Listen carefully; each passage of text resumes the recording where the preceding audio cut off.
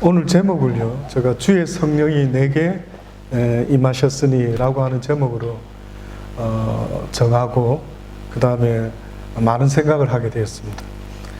제가 그 전에 성령이라는 것이 우리 교회 안에서 얼마나 중요한지, 그리스도인에게 얼마나 중요한지 알고는 있었지만요, 새삼 성령에 대한 이야기를 제가 이번 주 설교 때문에 쭉 찾아보는데 이게 한 주만 가지고는 안 되겠는데 라는 생각이 들 정도로 성령이라는 이야기가 이렇게 중요하고 이렇게 성경 전체적으로 이렇게 많이 언급됐는지 새삼 제가 개인적으로 느꼈어요. 성령이라는 것이 무엇일까라는 생각을 해봤습니다. 성령. 왜 우리의 시대에 예수님이 우리에게 성령을 받아야 된다라고 성령 이야기를 하셨을까라는 생각을 하게 되었습니다. 태초의 아담과 하와라는 그 인류 태초의 인간은요, 능력의 사람이었습니다. 능력, 파워풀한 힘이 있었어요.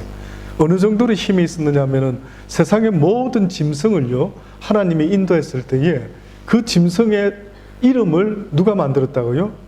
아담이 만들었어요. 그러면 도대체 아담이라는 사람은 그 파워풀한 그 지적 능력, 이게 도대체 어디서 나왔을까? 그 수많은 짐승의 이름을 다 붙였어요. 놀랍지 않습니까? 대단하죠? 근데 창세기에 보면은요, 하나 신기한 이야기가 있습니다. 그게 뭐냐면은, 그렇게 아담과 하와가 대단한 파워를 갖고 있었던, 분명히 놀라운 능력이 있는 그런 존재였는데, 선악과를 따먹고 나서요, 변화가 일어나고 말았어요. 성경에 보니까 선악과를 따먹고 아담이 취했던 행동은 벌거벗었으므로 자기가 그것을 느끼고 무화과 나무 아래 숨어버리고 말았어요. 저는 제가 예수를 믿고 성경을 좀 알면서요, 가장 오랫동안 이게 뭐지? 이게 뭐지? 라고 했던 부분이 있다면 그게 뭔지 아십니까? 아니, 그전에도 벌거벗고 있었고 선악과 따먹고 나서도 벌거벗었고 별로 상관이 없었는데 왜 아담은 선악과 따먹기 전에는 벌거벗었지만 부끄러워하지 아니하고 지냈던 것이 있었고요, 선악과를 따먹고 나서 똑같이 벌거벗고 있었는데 부끄러워서 나무 밑에 숨어버리고 말았어요. 이게 무슨 의미지? 그러면 그전에는 벌거벗고 있었는데도 부끄러워자 하지 않은 것은 그 뭔가 다른 옷을 덧입고 있었단 말인가 라고 생각할 때 그런 것 같아요. 무슨 옷을 덧입고 있었는가라고 보니까 하나님의 성령의 능력을 덧입고 있었던 것이 분명한 것 같아요. 그래서 성경에 아는 것처럼 여러분, 흙으로 우리 인간의 몸을 하나님이 지으시고 그 코에다가 생기를 불어넣으니 우리가 어떻게 됐댔어요? 생명이 되었대. 살아있는 영적인 파워풀한 존재가 되었다네. 예수 그리스도를 믿고 지금까지 10년, 20년 살아왔는데 여러분 혹시 스스로 느끼는 어떠한 딜레마가 없습니까? 예수를 믿고 지금까지 살아오면서 혹시 어떤 딜레마가 없었습니까? 저는 예수 믿고 살아오면서요, 저 스스로 어느 날 어떤 딜레마가 생겼느냐 하면은, 오라, 나는 참으로 공고한 자라. 왜? 하나님을 알고 내 심령은 하나님의 말씀대로 이 세상 이제 그 말씀에 순종하면서 살아봐야지, 크리스찬답게 살아야지 라고 하는 마음은 간절한데 실제 살면서 날마다 넘어지고 쓰러지고 자빠질 때가 한두 번이 아니더라고요. 그래서 저는 스스로 어느 순간에 느끼면서 고민한 게 뭐냐면, 나는 능력 없는 목상 같아. 능력 없는 크리스찬, 힘없는 크리스찬, 나약하기 짝이 없는 그런 크리스찬이지 않는가라는 생각이 들더라고요. 그게 얼마나 괴로운지 말할 수가 없어요. 제가 예수를 믿고 나서 괴로운 것은 그 말씀대로 살고 싶은데 그 말씀대로 살아갈 힘과 능력이 나에게 없음을 보고요, 얼마나 좌절스러운지 모릅니다. 그래서 이게 도대체 왜 그럴까? 왜 그럴까? 라고 생각을 했는데요. 그게 무엇인가 하는 것을 성경이 우리에게 분명히 말씀을 해놨더라고요. 그게 뭐냐면 바로 이 성령입니다. 예수님께서 오늘 본문의 말씀에 보면 안식일을 맞아야 하여 늘 하시던 대로 회당에 들어가셔가지고요, 말씀을 전하시게 됩니다. 어떻게 보면 그 당시 때의 그 유대인들의 회당에서 있어졌던 전통 예배의 모습이 오늘 기독교 예배에서도 부분적으로 이어지고 있어요. 그게 뭐냐면은 그 당시 때에도 성경 읽기가 있었고 설교가 있었고 찬송이 있었습니다. 근데 기독교 예배에서도 이런 회당 전통의 성찬식이 결합되어서 지금도 우리도 그러한 내용들이 있지 않습니까? 그래서 당시에 회당 예배 때에 사람들이 회당에 들어가면은요, 먼저 개인적인 기도를 드립니다. 그리고 쉐마를 공동으로 고백을 하고요. 그리고 테필라와 쉐모네 에스레라고 하는 유대인들의 기도로 드립니다. 그리고 성서 일과에 따라서 성경을 읽습니다. 그리고 성경은 주로 오경을 읽었습니다. 그리고 나중에 훗날에는요, 선지서도 성서 일과에 포함해서 읽게 됩니다. 성경은 여러 사람이 돌아가면서 읽었답니다. 성경이 끝나면 다시 읽기가 끝나면 다시 기도를 드리고요, 이어서 랍비 같은 사람이 나와서 설교를 합니다. 그리고 그 설교가 마치면 마지막으로 카다시라고 하는 기도문을 함께 외우고 회당 예배를 마치게 됩니다. 어떻게 보면 오늘 우리가 드리고 있는 내용과 이렇게 비슷한 것들이 분명히 있는 것 같아요. 자, 그런데 문제는요, 오늘 본문에는 예수님이 자신의 공생의 시작에 대한 이야기를 하고 계시는데, 예수께서 그 자라신 곳 나사렛에 이르사 안식일에 자기 규례대로 회당에 들어가서 성경을 읽으시려고 서심해. 지금 이제 분위기 아시겠습니까?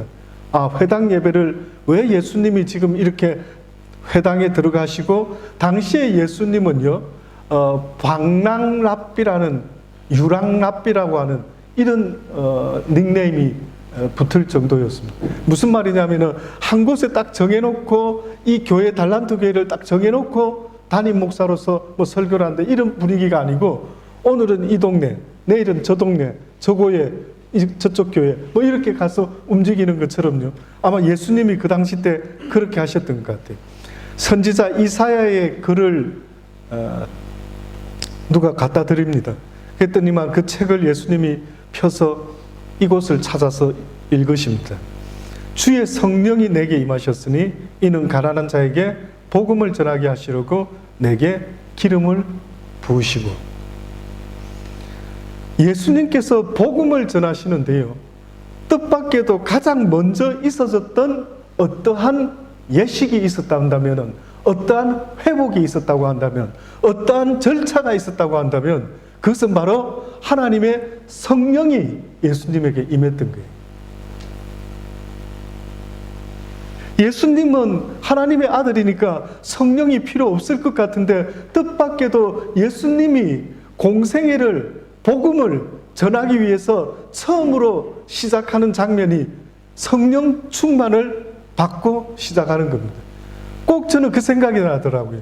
여러분, 아이언맨을 아십니까? 아이언맨 보면은 아이언맨이 그 슈트를 입지 않으면 힘이 있을까요? 없을까요? 힘이 없죠. 그 누구나 봐도 영화를 혹시 보신 분은 알겠지만, 아이언맨이라는 그 사람이 사실은 그냥 몸뚱아리는 우리하고 똑같죠. 뭐 어떤 파워가 있고 능력이 있고 이런 건 전혀 없습니다. 그런데 아이언맨이 수트를 입고 나면은 완전히 달라집니다. 전혀 우리와는 다른 존재가 되더라고요. 가만히 생각을 해봤어요. 예수님이 그냥 보디만 갖고 있었다면은 나사렛 목수의 아들로 자란 그 보디만을 가지고 있었을 겁니다. 그런데 이 이사야가 예언을 했는데, 무슨 예언을 했느냐면, 언젠가 때가 되면 하나님의 아들이 이 땅에 오셔서 하나님의 복음을 전하는 일을 하기 시작할 텐데, 그 시작은 바로 주의 성령으로부터 시작이 될 것이다라고.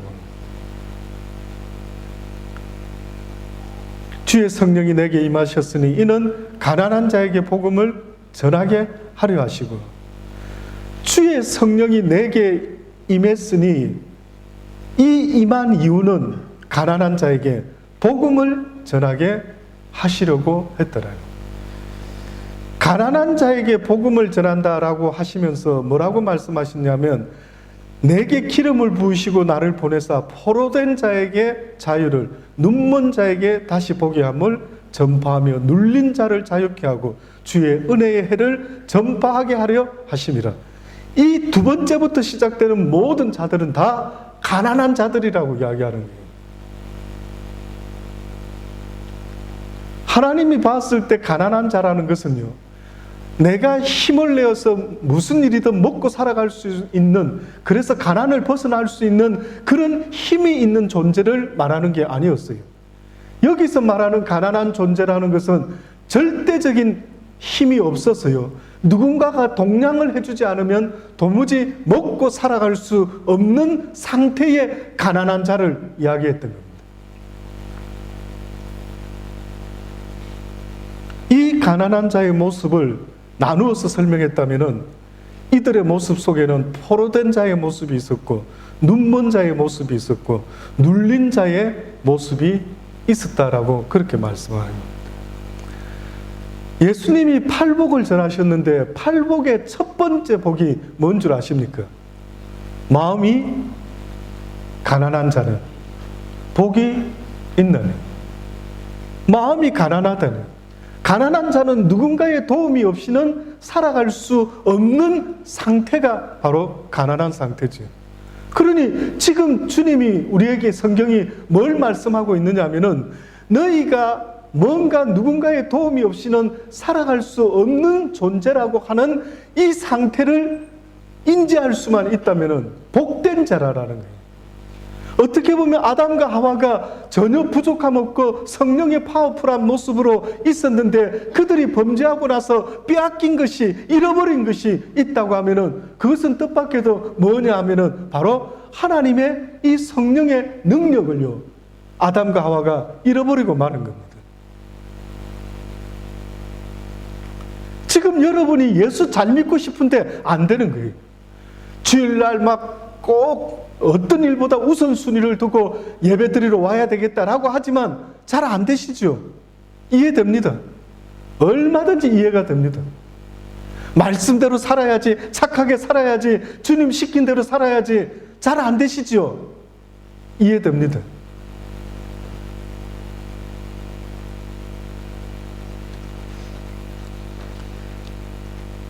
요한복음 7장 37절에 보면은요, 명절 끝날 곧 큰 날에 예수께서 서서 외쳐 가라사대 누구든지 목마르거든 내게로 와서 마시라.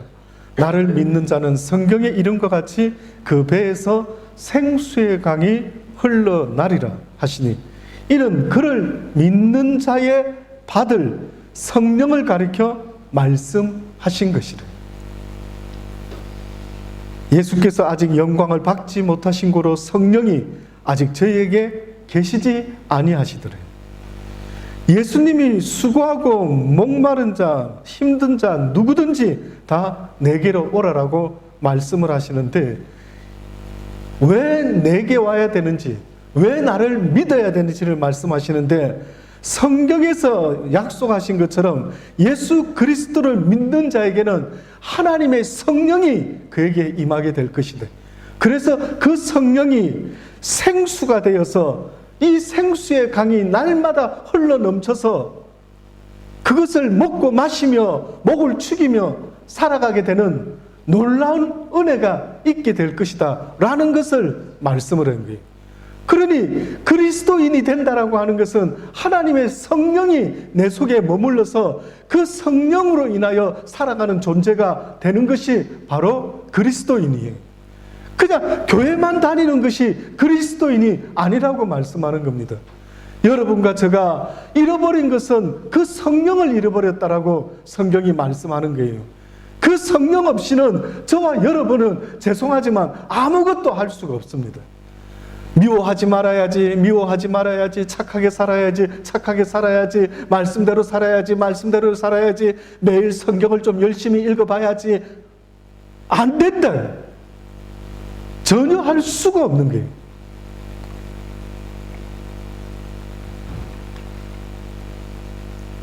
그래서 예수님이 제자들에게도 여러분 아십니까? 뭐라고 이야기합니까?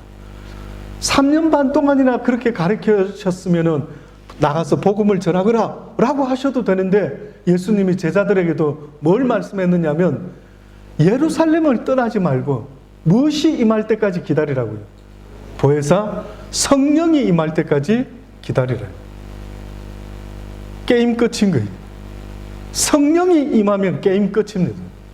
아무리 신학교를 다니고 박사가 되고 뭘 한다 하더라도요, 성령을 경험하지 못하면은 결단코 아무것도 할 수가 없는 겁니다.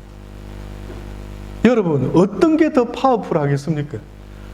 만약에 여러분, 제가 어떤 사람에게, 장님에게, 소경에게 불에 대해서 설명을 합니다. 불. 여기 불이 있어요, 불. 이건 빛이 막 밝고요.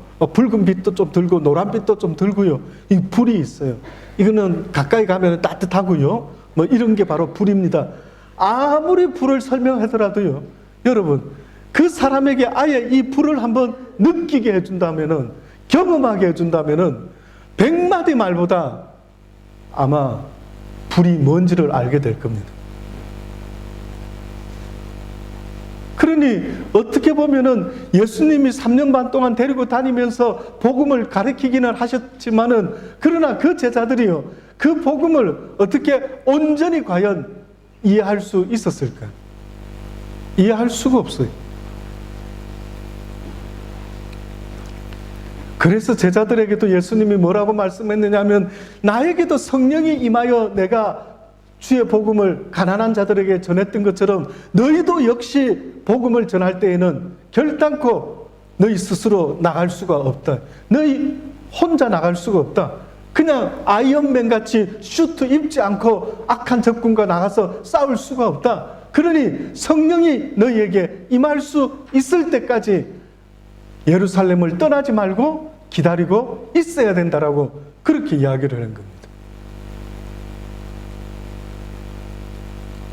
그렇게 이야기를 해요.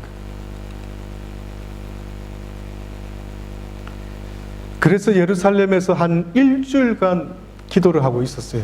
그게 언제 될지는 몰랐죠. 언제 될지, 1년이 될지 2년이 될지 그들은 알 수가 없었어요.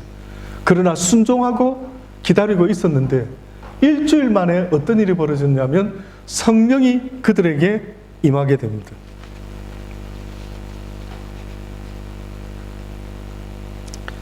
성경에 보니 이렇게 묘사가 되어 있어요. 오순절 날이 이미 이름에 저희가 다 같이 한 곳에 모였더니 호련히 하늘로부터 급하고 강한 바람 같은 소리가 있어 저희 앉은 온 집에 가득하며 불에 혀같이 갈라지는 것이 저희에게 보여 각 사람 위에 임하여 있더니 저희가 다 성령 충만함을 받고 성령이 말하게 하심을 따라 다른 방언으로 말하기를 시작하였더라. 그때에 경건한 유대인이 천하 각국으로부터 와서 예루살렘에 우거하더니 이 소리남에 큰 무리가 모여서 각각 자기 방언으로 제자들의 하는 말을 듣고 소동하여 다 놀라 기이 여겨 이르되 보라, 이 말하는 사람이 다 갈릴리 사람들이 아니었느냐.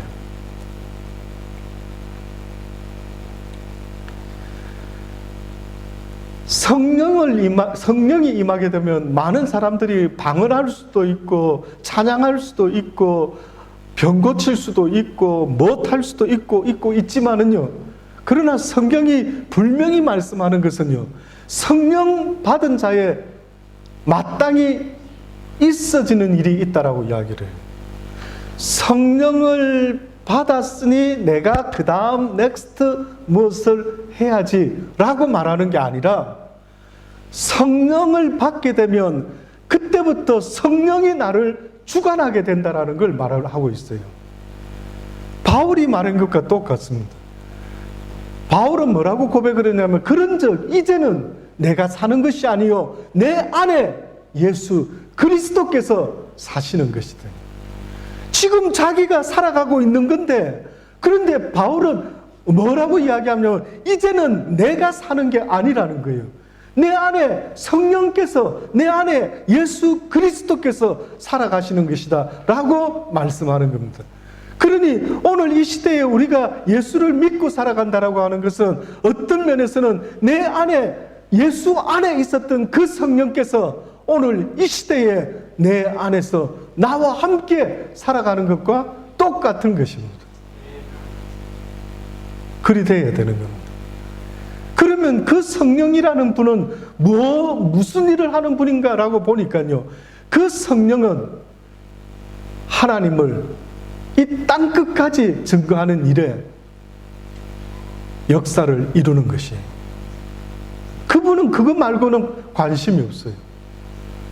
성령은 하고자 하는 일이 복음을 전하는 일 말고는 관심이 없습니다.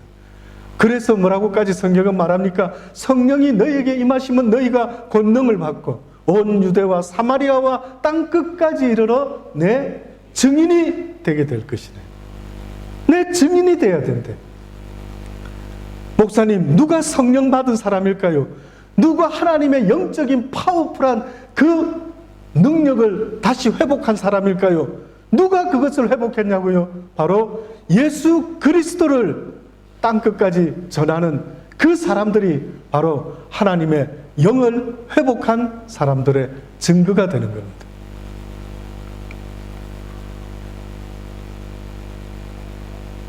이 세상은 하나님의 영을 가지지 못한 인간은 사단을 이길 길이 없습니다. 사단을 이길 길이 없어요. 그 사단은 영불이기 때문에 저와 여러분하고 영적 싸움을 해야 되는데 잽이 되지도 않는 거예요. 영적 싸움이라면 좀 대등하게 싸움을 벌려야 되는데 그 사단과 우리는 잽이 되지가 않는 거예요. 날마다 넘어지고 쓰러지고 자빠질 수밖에 없는 나약하기 짝이 없는 존재가 우린 거예요.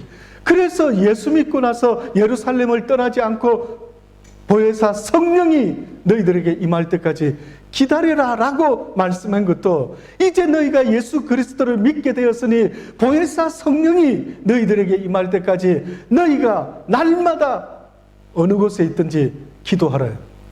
그러니 예수 믿고 첫 번째로 기도해야 되는 것이 있다면 주님의 성령을 구하는 기도를 해야만 되는 겁니다.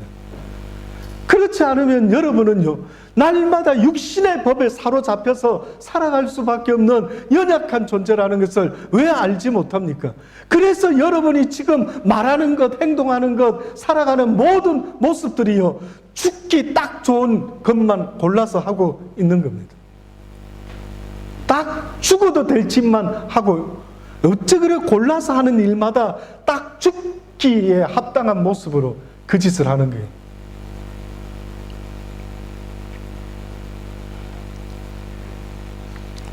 내게로 오라는 겁니다. 나를 믿으라는 겁니다. 그리하면 성경의 이름과 같이 그 배에서 생수의 강이 흘러날 것이래.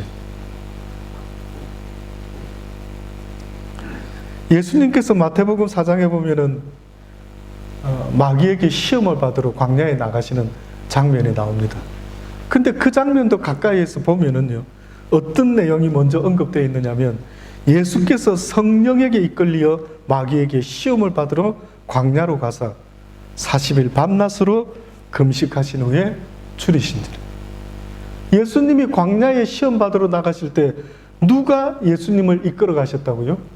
성령께서 예수님을 이끌어 가셨대. 뜻밖에도 성경에 예수님에 대해서 보면은요, 성령이 역사하는 걸 보게 돼요. 예수님이 하는 게 아니에요. 예수님이 죽었다 살아나는 것도 성경에 보면은 무엇이라고 써놨냐면 하나님의 영이 그를 살려냈다라고 하거든요.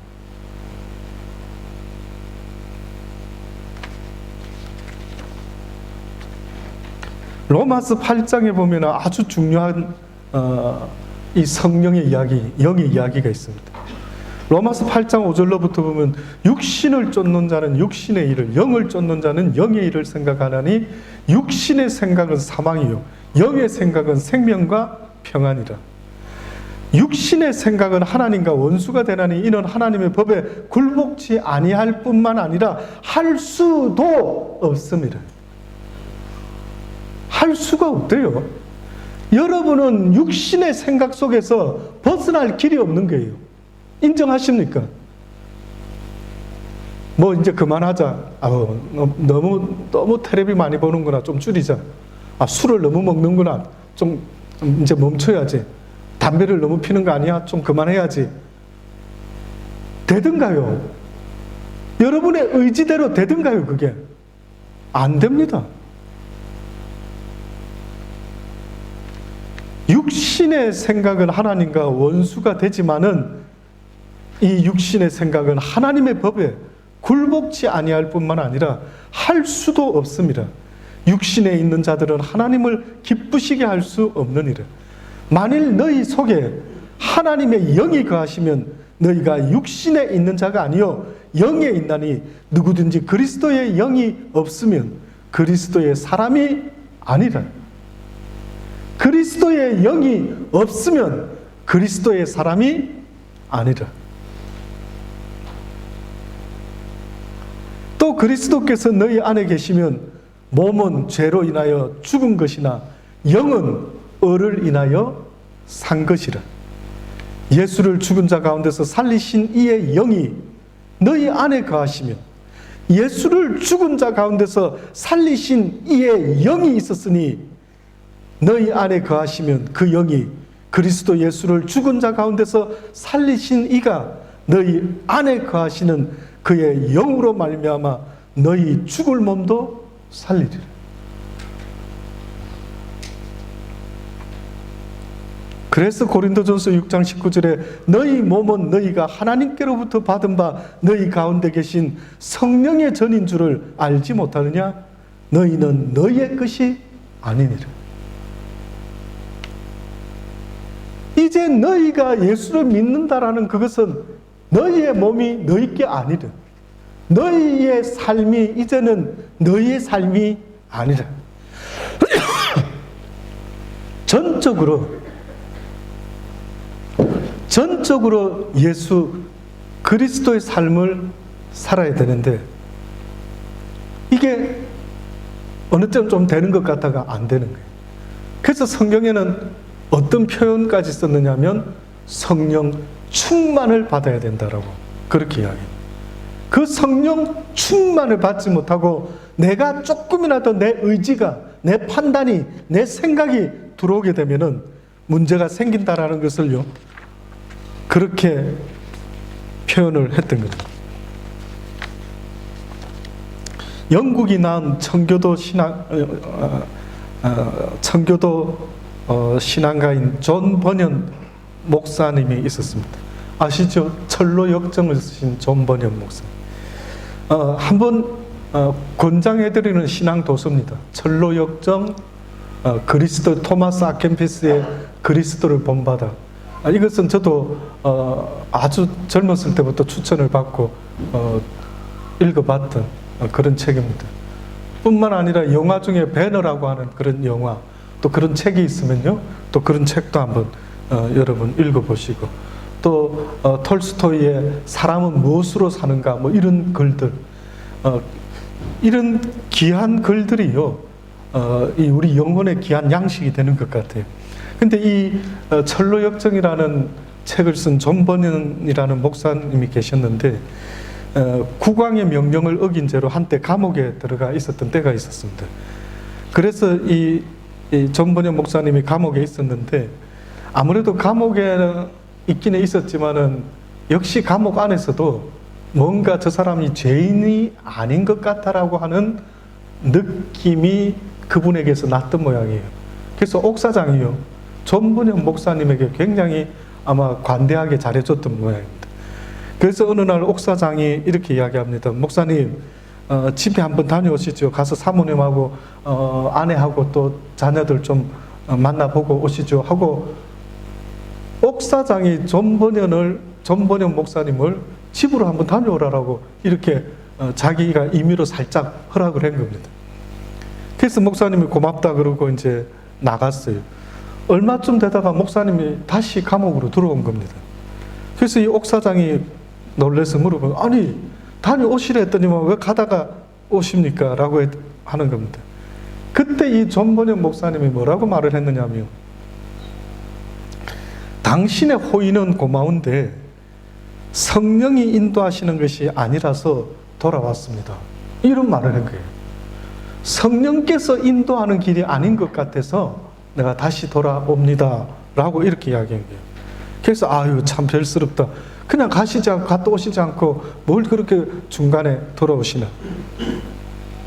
근데 그 전번영 목사님이 감옥으로 다시 들어오고 난 이후 1시간 만에 국왕이 친히 감옥을 시찰을 했더니, 그래서 이제 쭉 들어보고 이제 갔습니다. 이때 이 옥사장이 가고 나서 이 전번영 목사님 앞에 막 가가지고 목사님 저와 저를 목사님 살리셨다라고. 만약에 목사님이 없을 때 그 왕이 왔더라면 아마 나도 죽고 목사님도 다시 잡혀와서 아마 죽지 않았을까 싶습니다. 목사님께서 성령의 인도하심을 따라 행동하셨기에 목사님도 살고 나도 살았습니다. 이제 제가 언제 목사님께 가시라 오시라 하지 않을 테니 목사님의 마음에 비춰오는 성령의 인도하심을 따라 가십시오. 그리고 가고 싶을 때 가셨다가 오고 싶으실 때 오십시오 라고 그 옥사장이 그렇게까지 말을 한 겁니다. 놀랍죠?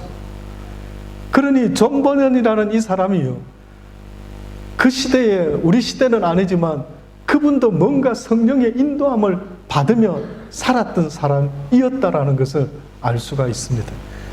성경의 옛날 구약 성경에 성령이라는 단어를 쳐보면은 신약 성경에는 쫙 많이 뜨는데 구약 성경에는 옛날 개역 한글에는 한 글자도 안 떠요. 그래서 그럴 리가 없는데 그러면 뭐로 번역됐을까?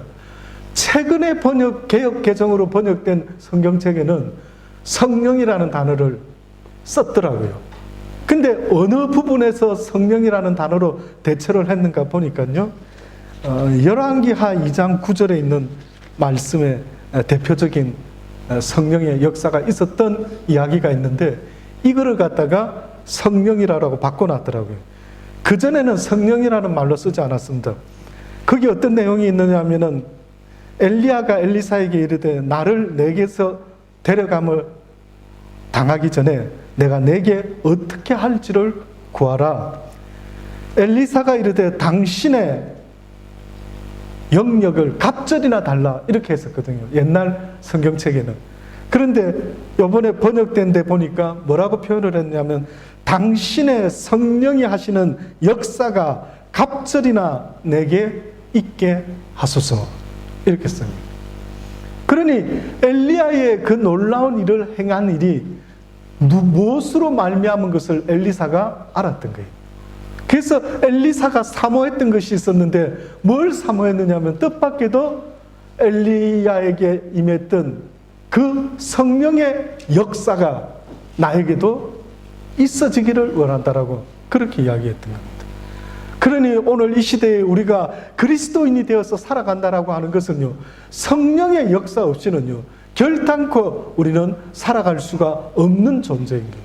성령 없이 사는 것은요, 이것은 뭐라고 말해요? 옷 입지 않고 벌거벗고 길에 나가는 것과 똑같은 것처럼요, 그렇게 연약하기 짝이 없는 모습이래요.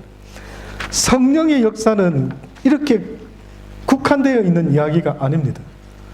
마태복음 22장 41절로 바리새인들이 모였을 때 예수께서 그들에게 물으시되 너희는 그리스도에 대하여 어떻게 생각하느냐? 그리스도가 네 자손이냐? 대답하되 다윗의 자손이니이다. 가라사대 그러면 다윗이 성령에 감동하여 어찌하여 그리스도를 주라 칭하여 말하되 주께서 내 주께 이르시되 내가 내 원수를 내 발 아래 둘 때까지 내 우편에 앉았으라 하셨도다 하였느냐. 다윗이 그리스도를 주라 칭하였은즉 어찌 그의 자손이 되겠느냐 하시니 한말도 능히 대답하는 자가 없고 그날부터 감히 그에게 묻는 자도 없더라. 다윗이 그리스도를 주라라고 말할 수 있었던 것, 이것은요, 어떻게 그게 가능했을까? 다시 말해서 예수님은 그 후에 태어났는데 어떻게 다윗이 먼저 예수님을 보고 주라고 말할 수 있었을까? 그것이 바로 성령의 역사인 거예요. 2000년 전에 죽은 예수 그리스도를 저와 여러분이 나의 주 나의 하나님 어찌하여 나를 위하여 십자가에 달려 죽어주셨습니까? 라고 고백할 수 있는 지금 이 고백은 무엇으로 가능할 수 있는 고백이냐면은 주의 성령이 아니면은 이 고백을 할 수가 없게 되어 있는 거예요. 여러분은 지금 2000년 전에 죽은 예수가 나 때문에 죽었다라고 이렇게 고백할 수 있는 것은 성령께서 나에게 역사하시고 있기 때문에 그런 거예요. 모세가 천지가 지어지는 거 본 적이 없죠. 그런데 성경에 보면 모세의 오경이 있는데 그 모세의 오경 속에 온 세상이 지어진 천지 창조가 그게 적혀 있으니 어찌 그렇게 알았을까 싶은 거예요. 어떻게 그가 그거를 알았을까? 주의 성령이 그에게 임했더니만 주의 성령이 임하지 아니하고는 저와 여러분은 어떤 것도 할 수 없는 까막눈이 되는 거예요.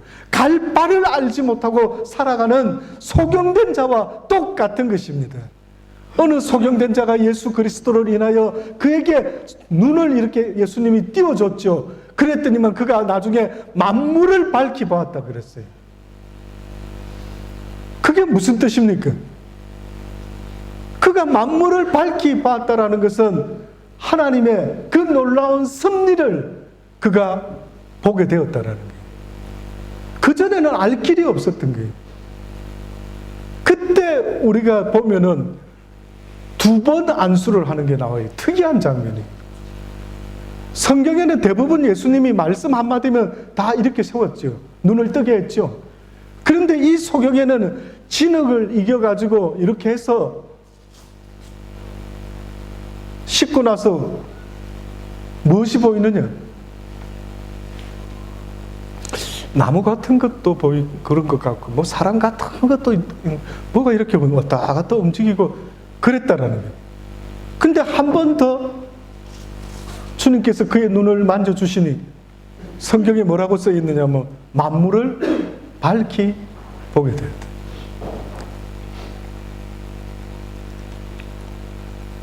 성령의 역사 없이는요, 무엇이 옳고 거짓인지 우리는 알 길이 없습니다. 여러분, 이 세상 살아가면서 들려지는 소식 중에 무엇이 진짜고 무엇이 가짜인지 어떻게 구별할 수 있는데요? 내가 선과 악의 어떤 기준을 무엇으로 정할 수가 있는데요? 알 길이 없는 거예요. 저 사람이 사기꾼인지 나쁜 놈인지 도둑놈인지 여러분 어떻게 알 수가 있습니까? 알 길이 없습니다. 그런데 무엇이 나를 알게 해줘야 되느냐면 주의 성령이 나에게 그 깨달음을 얻을 수 있도록 알려주시고 있기 때문에 그런 겁니다. 그러니 성령 없이 이 세상을 살아간다는 것은요, 한마디로 벌거벗고 살아가는 것과 똑같은 모습이 되는 겁니다. 누가복음 1장에 보면은 천사가 일러 가라사대 사가랴여 두려워 말라 너의 간구함이 들린지라 내 아내 엘리사벳이 내게 아들을 낳아주리니 그 이름을 요한이라 하라. 너도 기뻐하고 즐거워할 것이요 많은 사람도 그의 남을 기뻐하게 될 것이라.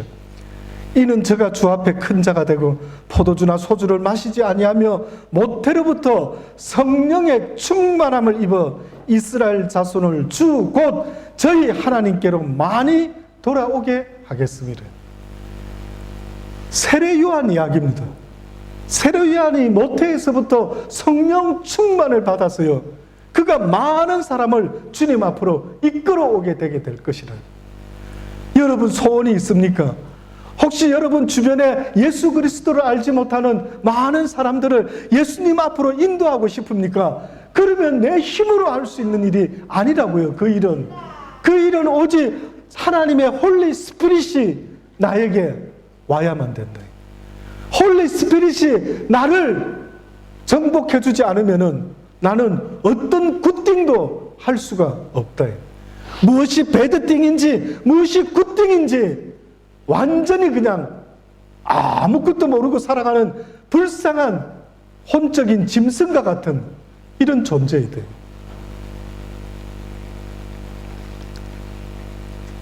이때에 마리아가 일어나 빨리 산중에 가서 유대 한 동네에 이르러 사가랴의 집에 들어가 엘리사벳에게 문안하니 엘리사벳이 마리아의 방문을 들으며 아이가 요한이 복중에서부터 뛰노는지라.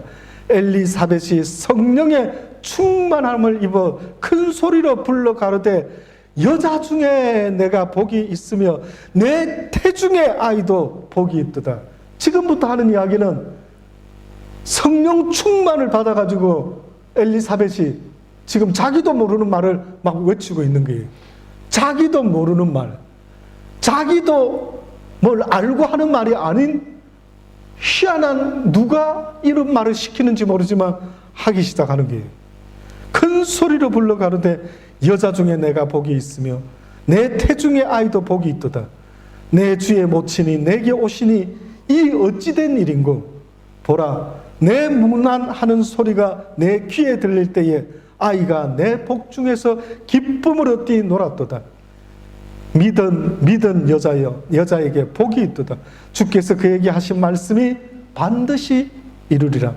마리아가 가로되 내 영혼이 주를 찬양하며 내 마음이 하나님 내 구주를 기뻐하였으면 그 계집종의 비천함을 돌아보셨습니다.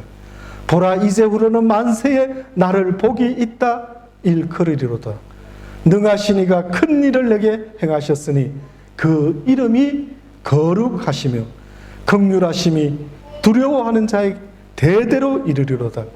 그의 팔로 힘을 보이사 마음의 생각이 교만한 자들을 흩으셨고 권세 있는 자를 그 위에 내리치셨으며 비천한 자를 높이셨고 줄이는 자를 좋은 곳으로 배불리셨으며 부자를 공수로 보내셨도다.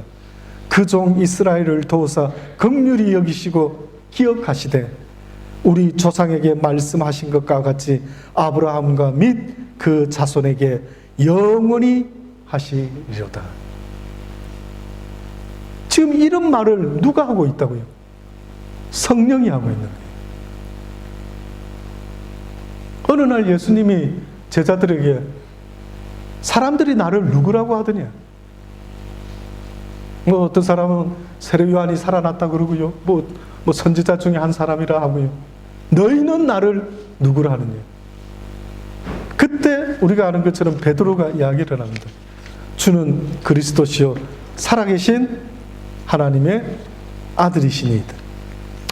그랬을 때에 예수님이 뭐라고 이야기를 합니까? 바요나 시몬아 복되도다.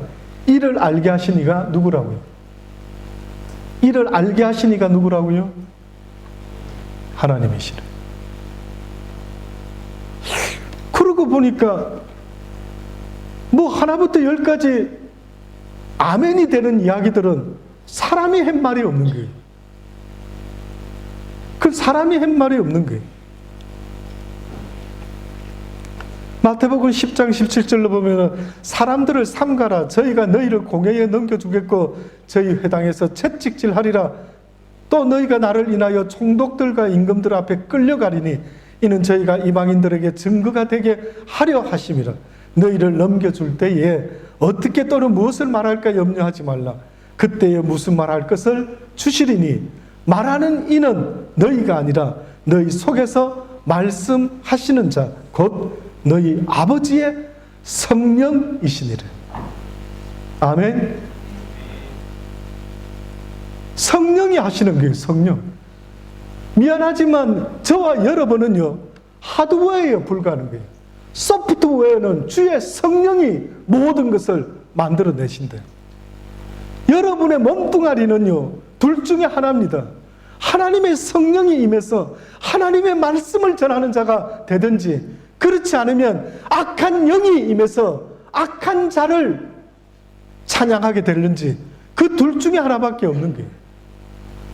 그러니 어떤 이는 하나님의 영으로 하나님의 말씀을 전하는 자가 있고, 어떤 이는 악한 사단의 영으로 인하여 악한 자의 말을 내는 자가 있다라고 성경이 분명히 말씀하고 있는 겁니다.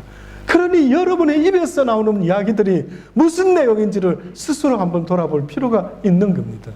사랑하는 여러분, 주의 성령이 내게 임하지 아니하면 우리는 그 어떤 것도 할 수가 없는 존재라는 것을 성경은 분명히 말씀해주고 있는 것입니다. 사람들이 너희를 끌어다가 넘겨줄 때 무슨 말 할지 염려하지 말라. 그때에 그 시에 너희에게 주시는 그 말을 따라 말하라. 이는 너희가 아니요 성령이시라.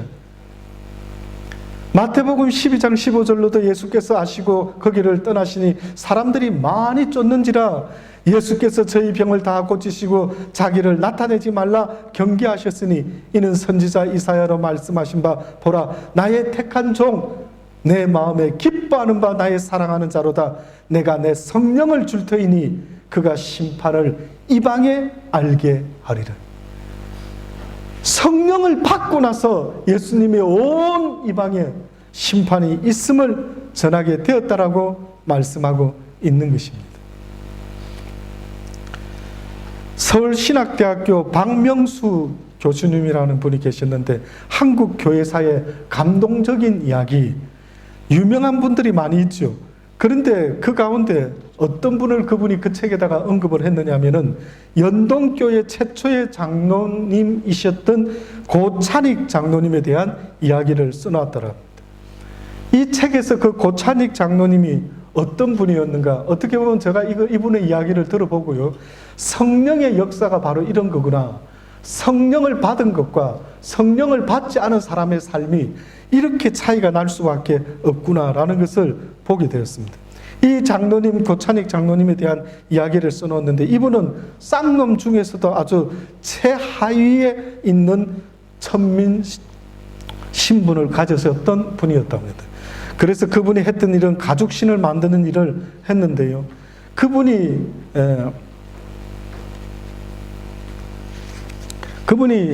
어느 날 예수를 믿게 되었습니다. 예수를 믿게 되고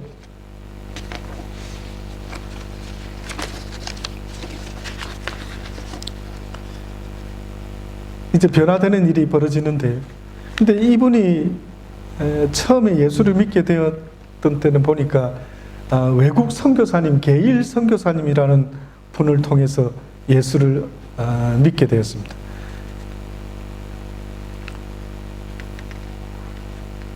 이 게일 선교사님이 이 술과 노름에 빠져서 살아가는 이분을 만나가지고요, 예수님을 전하고 이제 놀라운 변화를 겪게 되는데, 이때 이분이 물어봤던 그분의 이름을 물어봤는데 얼마나 천민이었으면 이분이 이름이 없었어요. 그래서 그냥 사람들이 고시라 불렀답니다. 고시. 헤이 고시 이렇게 부른 거예요. 자기 이름 물어보니까 그냥 고시라는 거지. 근데 야곱이 이름이 체인지가 되는 그 내용을 담은 전도지를 이분이 줬던 겁니다. 그 전도지 타이틀에 내 이름은 무엇이냐라고 하는 전단지를 받은 겁니다. 그것을 보고 그날 밤에 이제 잠을 잤는데 꿈을 꾸는데, 꿈속에서도 어떤 이가 나타나서 물어봅니다. 내 이름이 무엇이냐? 그는 꿈속에서 너무 놀랍고 두렵고 떨리는 마음으로 고시만 계속 고만 이야기를 하는 거예요. 근데 그 분이 다시 자기에게 물어봅니다. 내 이름이 무엇이냐? 내 이름은 고갑니다. 싸움꾼, 술꾼, 망나니, 뉘신지 모르지만 저를 용서해 주십시오. 그랬답니다. 그러자 그 흰옷 입은 사람이 자기의 몸을 이렇게 툭툭 치시면서 이제부터 너는 내 아들이라. 그러고 사라졌답니다. 그가 꿈에서 깨어나 전도지를 또 다시 읽고 또 읽다가 막 성령의 감동이 되어가 눈물 콧물을 쏟고 회개하며 홀랑 뒤집어졌다. 그래서 선교사님을 찾아가서 하나님의 놀라운 사랑에 대해서 듣고 돌아오는 길에 수없이 혼자 이야기했답니다. 제 이름은 고가요. 이제 당신은 내 아들이라. 꿈속에 있었던 그 이야기를 계속 반복하며 중얼거렸다. 결국은 그가 성령 체험을 하고 나서부터 엄청난 변화가 일어나게 되는데, 그때부터 그 사람이 연동교회를 섬기게 됩니다. 그 선교사님이 아마 연동교회, 아주 오래된 우리 대한민국에 있는 교회인데 그 연동교회를 섬기게 됩니다. 내가 이 복음을 전하지 않으면 내 주님께 맡겨진 사명을 다 감당하지 못하는 것이다. 딱 이 한마디를 내걸고, 내가 이 복음을 전하지 않으면 내 주님께 맡겨진 사명을 다 감당하지 못하는 것이다 라고 생각하면서 열심히 그가 복음을 전하는 사람으로 바뀌어지게 됩니다. 과거에 자기를 괴롭힌 사람들, 어떤 외국인들 누구에게든 가서 무릎을 꿇고 용서를 구하고 복음을 전하는 것입니다. 얼마나 복음을 열심히 전했든지 그 연동교회가 그 사람 때문에 부흥이 일어난 것입니다.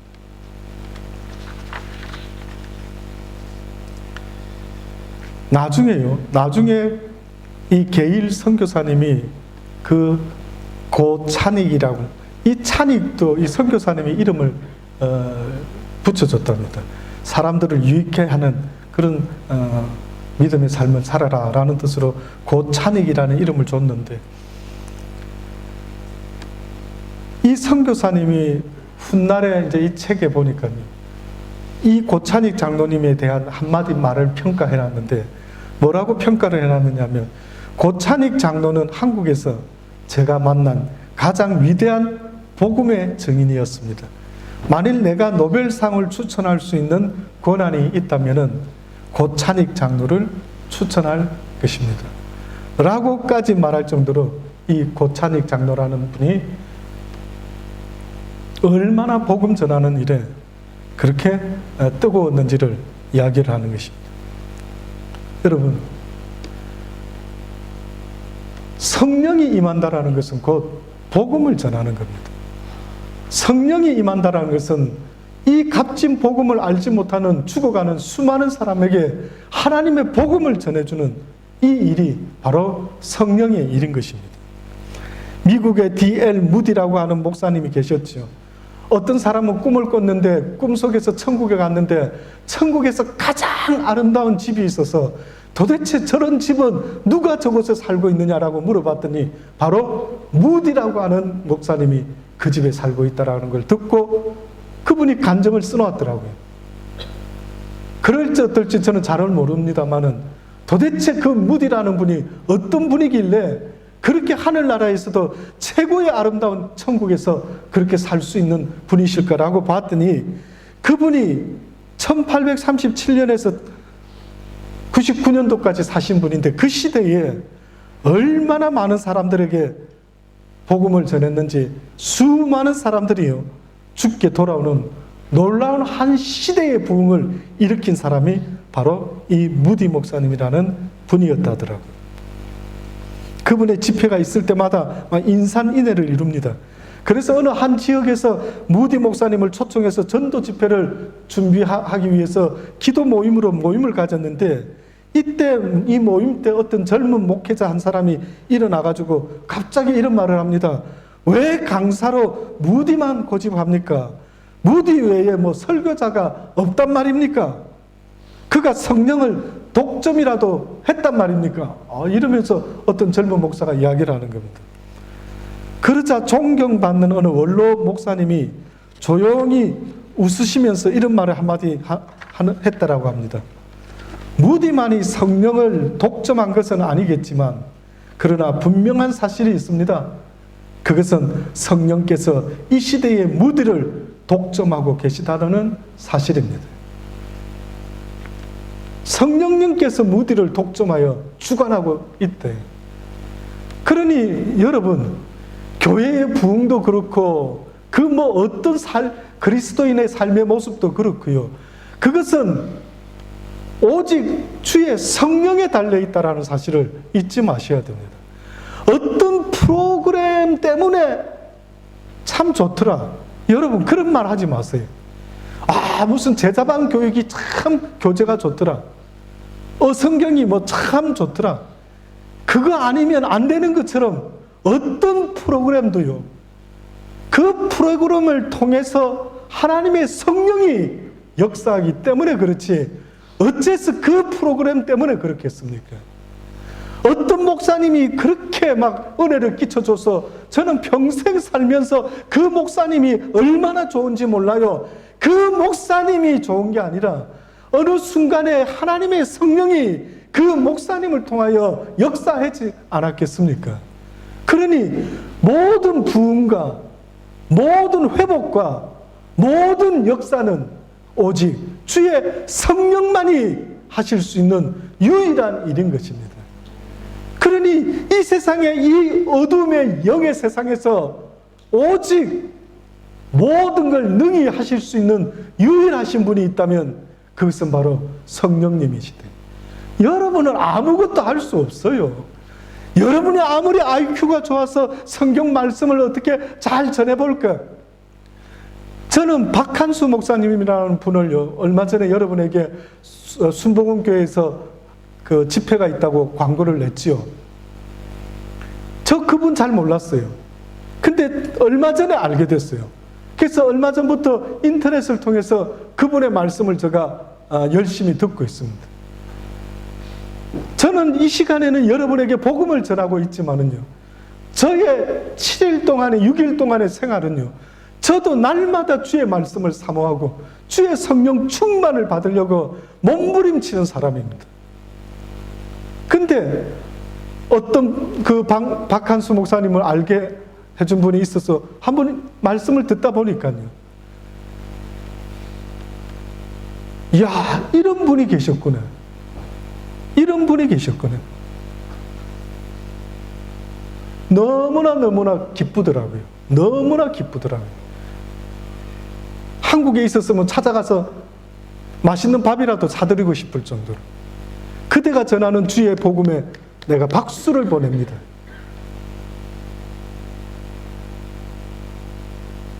그분이 이런 표현을 쓰시더라고요. 본인은 굉장히 내성적이라 하더라고요.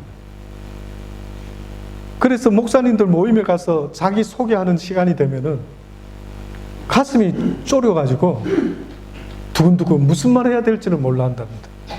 그래서 언젠가 한 번은 결혼한 어떤 새신랑 새신부 앞에서 쭉 돌아가면서 덕담을 한마디 하는데 무슨 말 할지를 몰라서 막 이렇게 막 생각을 확 하다가 그냥 불쑥 한마디 했답니다. 잘 먹고 잘 살아라. 이 말 한마디를 했더라고요. 하고 나서 얼마나 썰렁했는지 모른다면서 그 정도로 자신은 사람들 앞에서 말하는 게 얼마나 힘든지 이루 말할 수가 없대. 그런데 설교를 하면은 자기는 다르다는 거예요. 설교는. 근데 제가 그분의 이야기를 간증을 듣는데요, 어떻게 저렇게 내 심정하고 비슷한 목사님이 다 있으실까 싶은 생각이 드는 거예요. 저는 저희 노예 모임에 시드니에서 꽤나 큰 노예인데 그 노예 모임에 가면은 입 한마디 뻥끗 안 합니다. 아마 그분들 생각할 때 다른 목사님들 이렇게 생각할 거예요. 저 이용호 목사는 저렇게 말을 못해가지고 어떻게 목사가 됐지? 그럴 것 같아요. 여러분 보실 때 제가 말을 못하는 것 같습니까?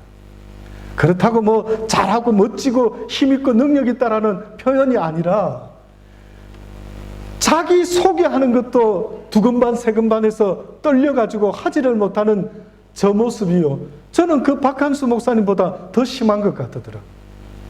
저희 어머님은 권사님이신데요, 그 유전된 것 같아요. 저희 어머님은 권사님 평생 그렇게 기도하시며 살아오신 분이 대표 기도 시키면 심장이 멎는 줄 안돼요. 그래서 꼭 한 번씩 대표 기도 마치고 내려오시면 그러시는 거예요. 심장 멎는 줄 알았다. 그래서 제가 가만히 저를 돌아보니까 심장 멎는 거는 제가 저희 어머님을 닮았는지 저도 심장이 멎는, 사람 앞에 서는 게 어찌 그리 부담스러운지 몰라요. 그래서 저는요, 학창시절에 사람 앞에 서는 일을 한 게 아니고요, 책 한 권만 있으면 골방에서 그냥 그렇게 지낼 수가 있었던 겁니다.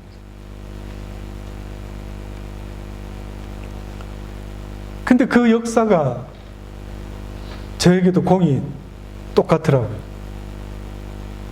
그래서 저는 결심을 했죠. 그래, 내가 살아가는 날 동안 복음 전하는 일에는 목소리 높일지라도 그 외에 어떠한 일에는 입을 다물어야 되겠다. 할 자신도 없고 할 말도 없고, 진짜 그런 것 같아요. 주의 성령이 내게 임하면은요, 여러분, 하나님의 말씀할 때는 막 신이 나서 열정적으로 하게 되는데, 세상 이야기를 하라고 하면은 그냥 그렇게까지는 열정적이가 되지가 않더라고요. 이것이 성령이 내게 임한 증거라고 말하는 거예요. 내가 성령이 임한 것을 어떻게 알 수 있느냐고요. 내 입에서 오직 주의 성령만이 이렇게 엘리사벳 같이, 마리아 같이 말을 하게 되는 것입니다. 시므온이라는 사람이 있었습니다. 예루살렘에 시므온이라는 사람이 있으니 이 사람이 외롭고 어렵고 경건하여 이스라엘의 위로를 기다리는 자라. 성령이 그 위에 계시더라. 저가 주의 그리스도를 보기 전에 죽지 아니하리라 하는 성령의 지시를 받았더니 성령의 감동으로 성전에 들어가 마침 부모가 율법 전례대로 행하고자 하여 그 아기 예수를 데리고 오는 것을 보느니라. 시므온이 아기를 안고 하나님을 찬송하여 가로되, 주제여, 이제는 말씀하신 대로 종을 평안히 놓아 주시는도다. 내 눈이 주의 구원을 보았나이다. 이는 만민 앞에 예비하신 것이요 이방을 비추는 빛이요 주의 백성 이스라엘의 영광이니이다. 그 부모가 그 아이에게 대한 말들을 기이 여기더라. 성령이 이야기하시고 계십니다. 하나부터 10까지 성령이 말씀하고 있는 겁니다. 마태복음 28장 18절 20절, 예수께서 나와 말씀하시되 하늘과 땅의 모든 권세를 내게 주셨으니 그러므로 너희는 가서 모든 민족으로 제자를 삼아 아버지와 아들과 성령의 이름으로 세례를 베풀고 내가 너희에게 분부한 모든 것을 가르쳐 지키게 하라. 볼지어다 내가 세상 끝날까지 너희와 항상 함께 있을 것이라. 이것이 예수님의 유언입니다. 이것이 예수님의 제자들에게 예수님이 유언적으로 했던 것은 세상 땅끝까지 이르러 나의 증인이 되라. 나의 복음을 전하라. 그러나 너희가 예루살렘을 떠나지 말고 성령이 너희들에게 임할 때까지 기다리라 라고 말씀하셨으니, 이제부터 저는 여러분이 성령을 기다리는 여러분 되시기를 주의 이름으로 축원합니다. 성령을 기다릴 뿐만 아니라 성령 충만함을 받아야 된다. 내 모습은 조금도 나오지 아니하고 오직 하나부터 10까지 입만 뻥끗하면 하나님의 성령의 말이 내 입에서 나올 수 있는, 그래서 이제 그런즉 내가 사는 것이 아니요 내 안에 예수 그리스도께서 사시는 것이라는 걸 고백할 수 있는 저와 여러분의 삶이 되기를 간절히 주의 이름으로 축원합니다. 기도하시겠습니다. 하나님, 그렇습니다. 하나님의 성령이 모든 것을 회복하십니다. 우리의 말은 힘이 없습니다. 그러나 성령님의 말씀은 힘이 있고 능이 있음을 믿어 의심치 않습니다. 주님께서 이 성령으로 인하여 땅끝까지 복음을 전하기 위하여 가난한 자들에게 복음을 전하셨다고 하셨으니, 주여 가난한 자들이 여기 있나이다. 주님이 도와주시지 아니하시면, 주님이 내 영혼의 양식을 먹여주시지 아니하시면 도무지 살아갈 수 없는 인생들이 바로 여기 있나이다. 주여 주의 말씀을 저희들에게 먹여 주옵소서. 그리하여 주의 말씀이 내 심령 속에 생수가 되어 날마다 솟아오르는 놀라운 생수의 강이 될 수 있도록 하나님 축복하여 주옵소서. 그래서 사는 날 동안에 세상에 그 무엇 때문에 무엇을 갖고 싶어 먹고 싶고 입고 싶어서 목마른 인생이 아니라 오직 예수 그리스도 한 분만으로 만족해하며 기뻐하며 즐거워하며 감사하며 기도하며 살아갈 수 있는 하나님의 사람들이 다 될 수 있도록 은혜 베풀어 주옵소서. 주의 성신이시여, 다윗이 고백했음을 기억합니다. 그가 하나님 앞에 범죄했을 때 그가 두렵고 떨림으로 고백했던 그 고백을 기억하고 있습니다. 하나님이시여, 주의 성신을, 주의 성령을 내게서 거두어 가지 마옵소서. 주의 성신을 나에게 머물러 주옵소서. 나의 눈물의 기도를 주님 보시옵고 나의 회개의 마음을 보시옵고 다시 한번 내 영혼을 회복시켜 주옵소서 라고 고백했던 그 다윗의 고백처럼 우리도 그러한 고백을 할 수 있는 믿음의 사람들이 다 될 수 있도록 은혜 베풀어 주옵소서. 예수님의 이름으로 기도합니다.